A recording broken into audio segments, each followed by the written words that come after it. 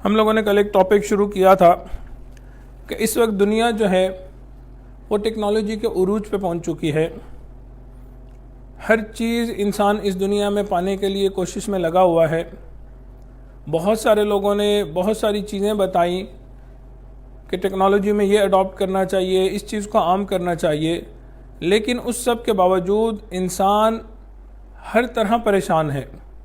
جو انسان کا دل ہے وہ پریشان ہے، انسان کا من پریشان ہے. اور اس پریشانی کے حل کے لیے پھر انسان کبھی کہتا ہے کہ تعلیم 100% ہونی چاہیے، ایجوکیشن کی وجہ سے پریشانی دور ہوگی. کبھی کہتا ہے پیسہ ہونا چاہیے، اس کی وجہ سے ہوگی. کبھی کہتا ہے کہ جو انسان کی خواہش ہو وہ پوری ہو جائے تو انسان کی پریشانیاں دور ہو جائیں گی. لیکن وہ ممالک جس میں تعلیم عام ہے، پیسہ عام ہے، پیٹ بھرے ہوئے لوگ موجود ہیں اور جو چاہتے ہیں کرتے ہیں، اپنی تمام خواہشات کو پورا کرتے ہیں، لیکن اگر ان کو بھی دیکھا جائے، ان سے بھی پوچھا جائے تو وہ یہ کہتے ہیں کہ لائف از ویری ڈیفیکلٹ، کہ زندگی بہت مشکل ہے. وجہ کیا ہے کہ جو سکون وہ پانا چاہتے ہیں وہ سکون ان کو ابھی تک میسر نہیں آیا. چنانچہ یہ سکون اللہ رب العزت نے ہمارے من میں عطا کیا ہے. جب تک ہم اپنے من پہ محنت نہیں کریں گے ہم یہ سکون حاصل نہیں کر سکتے. ہم نے تن کو محنت کا میدان بنا لیا. ہم اپنے ظاہر پہ، اپنے ارد گرد تو محنت کرتے ہیں، لیکن جو باطل ہے، جو ہمارا اصل ہے، جو ہماری روح ہے، اس کے اوپر محنت نہیں کرتے، جس کی وجہ سے پھر ہمیں دلی سکون نہیں ملتا، ہم مطمئن نہیں ہیں. چنانچہ انبیاء علیہ السلام نے آ کر ہمیں حقیقت سے آگاہ کیا کہ اس سارے فساد کی جڑ فقط انسان ہے. جتنا دنیا میں فساد نظر آتا ہے اس کی جو بنیاد ہے یہ حضرت انسان ہی ہے، جانور نہیں ہے. آپ اگر غور کریں، درندوں نے انسانیت کو اتنا نقصان نہیں پہنچایا جتنا بگڑے ہوئے انسانوں نے اپنے ہاتھوں سے انسانوں کو پہنچایا. درندوں نے انسان کو اتنا نقصان نہیں پہنچایا جتنا بگڑے ہوئے انسانوں نے اپنے ہاتھوں سے انسانوں کو نقصان پہنچایا. کبھی سنا ہے کہ بھیڑیوں نے مل کر دوسرے بھیڑیوں پہ حملہ کر دیا ہو؟ شیروں نے مل کے اور جنگل سے نکل کے آبادی میں انسانوں پہ حملہ کر دیا؟ نہیں. انفرادی طور پر کسی ایک جانور نے ایسے کیا ہوگا، لیکن اجتماعی طور پہ ایسا نظر نہیں آتا. جبکہ انسان اجتماعی طور پر ایسا کرتا ہے. کچھ لوگ اپنے مفاد کی خاطر باقی دنیا کے لوگوں کا جینا دو بھر کر دیتے ہیں. تو جڑ کیا بنی فساد کی؟ انسان خود بنا. کبھی آپ نے سنا ہے درندوں نے کوئی تنظیم بنا لی ہے؟ کبھی آپس میں انہوں نے جوڑ نہیں کیا کہ ہم مل کر انسانوں کو نقصان پہنچائیں گے. انسان مل کر تنظیمیں بناتے ہیں اور اپنے مفادات کی خاطر دوسرے انسانوں کا جینا حرام کر دیتے ہیں. انبیاء علیہ السلام نے اس دنیا میں آ کے اس حقیقت کو کھولا. لوگوں، فساد کی جڑ ہم تمہیں بتاتے ہیں اور ذرا دل کے کانوں سے سنو. اللہ رب العزت ارشاد فرماتے ہیں، ظہر الفساد فی البر والبحر بما کسبت ایدی الناس. خشکی اور تری میں جو فساد نظر آتا ہے وہ انسانوں کے اپنے ہاتھوں کی کمائی ہے. یعنی یہ جو ہمیں ہر طرف فتنہ فساد نظر آ رہا ہے یہ ہمارا اپنا کیا ہوا ہے. اب سوال یہ پیدا ہوتا ہے، انسان اگر بگڑ گیا ہے تو بگڑے ہوئے انسان کی اصلاح کی کیا صورت ہو سکتی ہے؟ کیا پاسبلٹی ہے کہ انسان کو سدھار دیا جائے؟ تو انبیاء علیہ السلام نے ڈور کا وہ جو سرا ہے وہ ہمیں تھما دیا، پکڑا دیا. انہوں نے بتایا، دیکھو جب مچھلی گلنا سڑنا شروع کرتی ہے، ہمیشہ سر کی طرف سے گلنا سڑنا شروع کرتی ہے. انسان میں جب بھی فساد آتا ہے ہمیشہ اس کے دل کے راستے سے آتا ہے. سب سے پہلے انسان کا عضو جو خراب ہوتا ہے وہ انسان کا دل ہے. دل کے سنورنے سے انسان سنور جاتا ہے اور دل کے بگڑنے سے انسان بگڑ جاتا ہے. دل کے بگاڑ ہی سے بگڑتا ہے آدمی، جس نے اسے سنوار لیا وہ سنور گیا.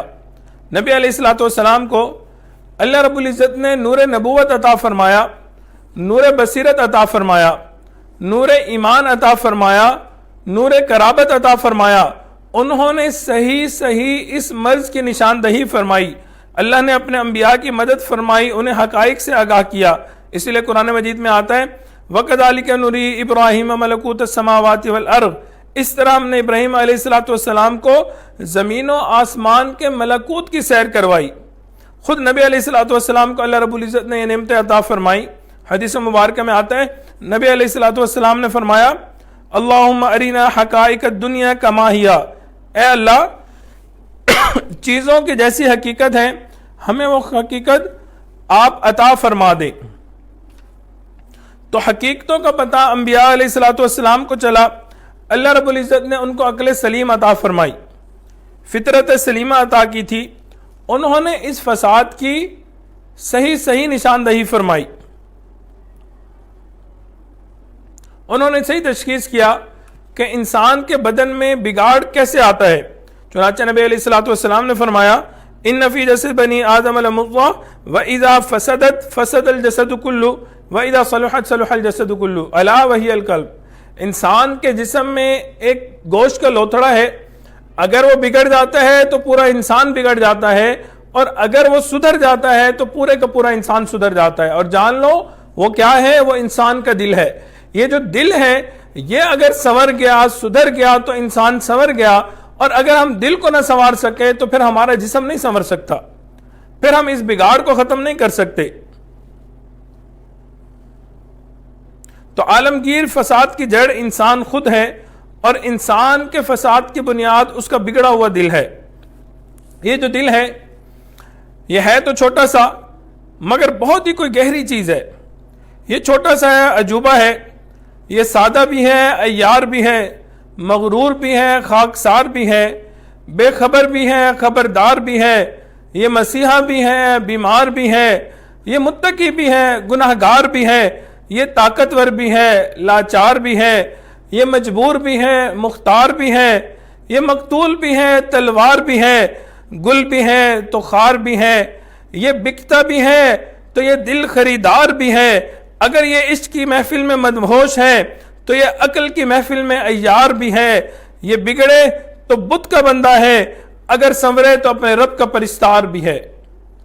یہ انسان اگر سنور جائے، اپنے دل کو سنوار لے تو اپنے رب کا پرستار بن جاتا ہے. اور یہی انسان جب بگڑتا ہے تو پھر دنیاوی بتوں کے پیچھے بھاگتا پھرتا ہے. دل کا رخ کس طرف ہے؟ اللہ رب العزت کی طرف سے یہ دنیا کی خواہشات کی طرف ہے. ہمیں آج اپنے من کے دنیا کے اندر جھانکنا ہے.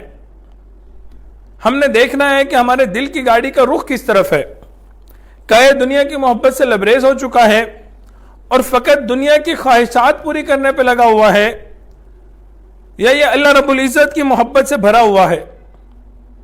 اللہ رب العزت کی رضا جوئی کے لیے ہر وقت کوشاں ہیں. آج ہمیں اس بات کی ضرورت ہے کہ ہم انبیاء علیہ السلام کی تعلیمات پہ عمل کریں. تسخیر مہر و ماہ مبارک تمہیں مگر دل میں اگر نہیں تو کہیں روشنی نہیں. یہ روشنی دل سے ملے گی.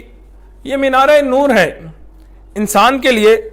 چنانچہ انسان کا دل اتنا بگڑ چکا ہے کہ آج انفارچونیٹلی اس میں سے انسانیت کا درد ہی ختم ہو چکا ہے. اس نفسا نفسی کے عالم میں ہر انسان اپنے مفاد کی جنگ لڑ رہا ہے، اپنے مفاد پہ نظر رکھے ہوئے ہے. اثار جس چیز کو کہتے ہیں آج وہ چیز ہماری زندگیوں سے نکل چکی ہے. جب انسان کے دل میں کسی کا درد نہ ہو پھر انسان کو کسی کی پرواہ نہیں ہوا کرتی. اچھا بتائیے، کبھی موسم کی خرابی کی وجہ سے ہزاروں نہیں لاکھوں مچھر مر جاتے ہیں. کبھی آپ نے بریکنگ نیوز سنی کہ آج موسم خراب ہوا اور خرابی موسم کی وجہ سے لاکھوں مچھر مر گئے؟ بہت افسوس ہوا. لیکن نہیں، ایسا نہیں ہوتا. کبھی ہم نے خبر سنی کہ موسم خراب تھا، لاکھوں مکھیاں مر گئیں، اسی لیے کہ انسان کو کوئی پرواہ نہیں ہوتی. بالکل اسی طرح جب انسان خود غرض بنتا ہے تو دوسرے انسان اس کی نظر میں مکھی اور مچھر کی مانند بن جاتے ہیں. ان کے گھر اجڑ رہے ہوتے ہیں، ان کے معصوم بچے ان کے سامنے مر رہے ہوتے ہیں، عزتیں لوٹی جا رہی ہوتی ہیں، ان کو در بدر کیا جا رہا ہوتا ہے، لیکن کرنے والے کو کوئی پرواہ نہیں ہوتی.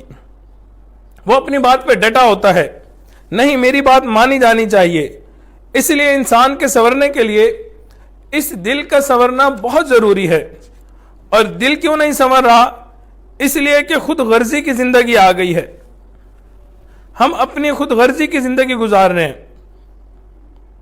اس وقت انسانوں پر ایک عجیب سے حالات ہیں، انسانیت پریشان نظر آتی ہے، لیکن اس کی بنیاد ہماری اپنی غفلت ہے، ہماری اپنی کوتاہی ہے۔ اگر ہم نے اپنے دلوں کی بیماریوں کا علاج کیا ہوتا، آج پریشانی کے دن دیکھنے ہمیں نصیب نہ ہوتے۔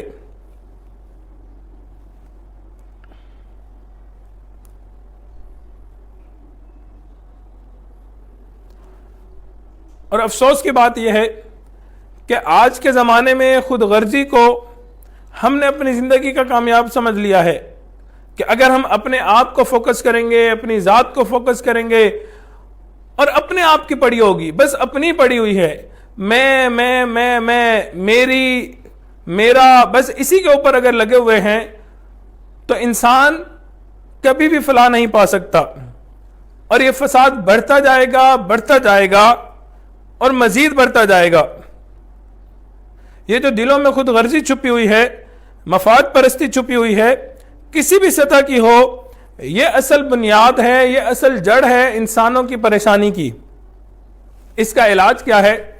اس کا علاج یہ ہے انسان اپنے دل کو ایمان کے نور سے معمور کرے، اللہ رب العزت کی محبت اپنے دل کے اندر بھر لے، پھر انسان کے دل میں انسانیت کا درد پیدا ہوگا۔ جب وہ درد پیدا ہوگا پھر اس کا ایٹیٹیوڈ انسانوں کی طرف ڈیفرنٹ ہوگا، پھر یہ مختلف زاویے سے لوگوں کو دیکھے گا۔ ایک ہوتا ہے انسان، اس کی کہانی بیان کرتا ہے بندہ، وہ کہانی سنتا ہے اور ٹس سے مس نہیں ہوتا، اور ایک عورت ہوتی ہے، اس کے سامنے گھر کی پریشانیاں ہوتی ہیں، اپنے خاوند کی پریشانیاں ہوتی ہیں، وہ اگر کبھی اپنی پریشانیاں بتائے تو آپ دیکھیں اس کی آنکھوں سے ٹپ ٹپ آنسو بہ رہے ہوتے ہیں۔